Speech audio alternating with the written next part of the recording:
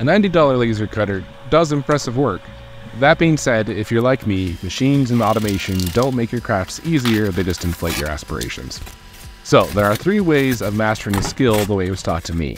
Number 1, being naturally good at it. Number 2, following other people's instructions. And number 3, the way of pain, learning from your mistakes. This is a way of pain video. I'll count my lessons learned on the top left of the screen, and every time I have to change the design of the craft, I'll up the version on the top right. Lesson number 1. You have to use a knife on dollar store foam. Laser cuts with light, and white foam is reflective. If you leave the dark paper on, it will melt the foam between the nicely cut pieces of paper.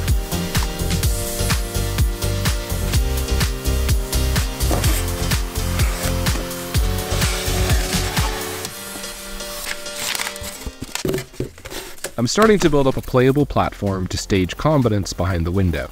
Leading to lesson 2, don't last minute change your idea to incorporate something you saw Shifty Lands do on Pinterest and expect that it's going to go smoothly. About half the trouble is trying to figure out how to make this a box with a removable roof.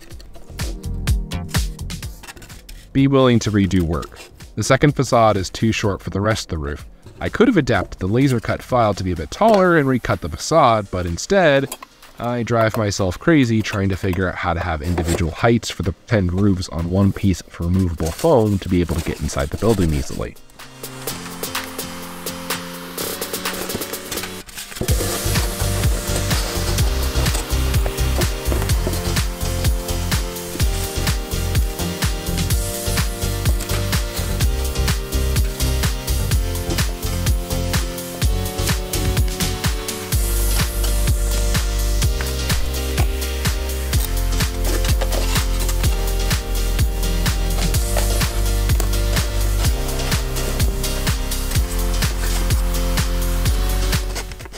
Frustrated, powering through it, crafting just encourages mistakes and bad decisions. Like cutting freehand, or not changing your little knife blade, or, spoiler alert, gluing on your facades backwards and hiding the texture you engraved onto it.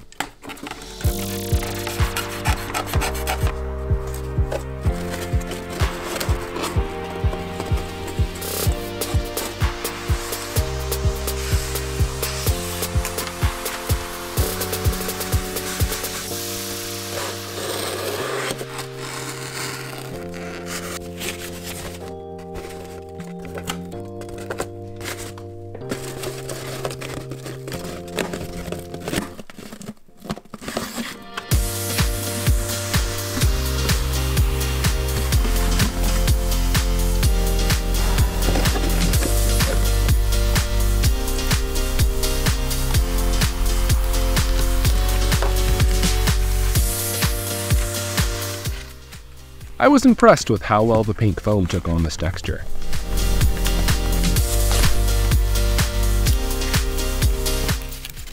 Using texture paste to give the walls a plaster look and hide or film the foam joins. My inexpensive laser cutter has a low laser wattage output, requiring multiple passes to cut foam. This looks fine in a lot of respects, but thin foam details are probably better done by hand or with a resin 3D printer.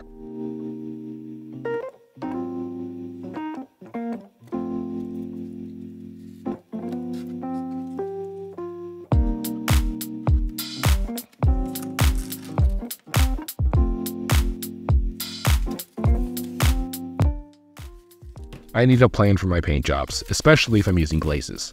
I tried to run with Amsterdam townhouses can be colorful, I'll just wing it with primary colors as an entire plan here, rather than use reference pictures or pre-mixed paint colors.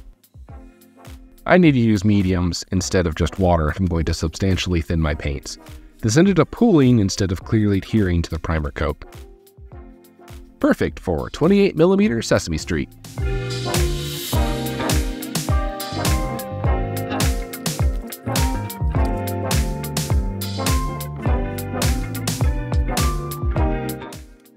Don't use thin foam for detail work.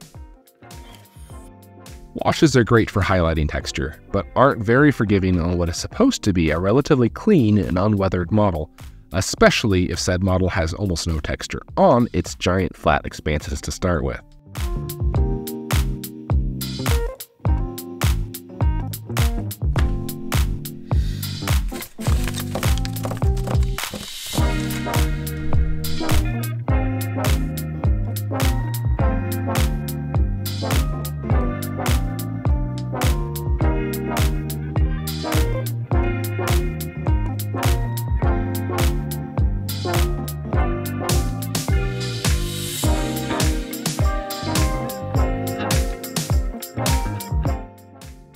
The wash lesson didn't sink in very quickly.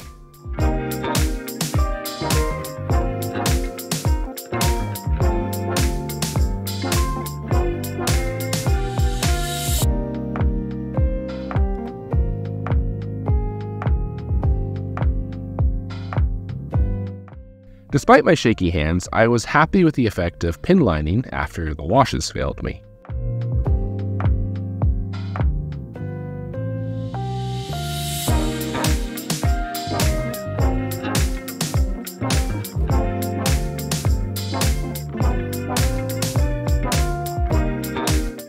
I didn't have much detail to highlight, making my paint job flat and making the scale pretty unconvincing. Ironically, the engraver is really good at adding repetitive details like brickwork.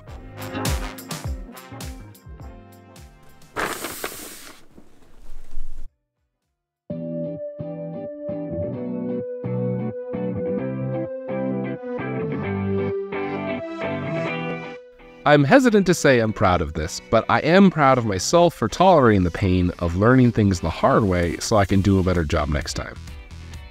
And I think there's some interesting ideas on gameplay here.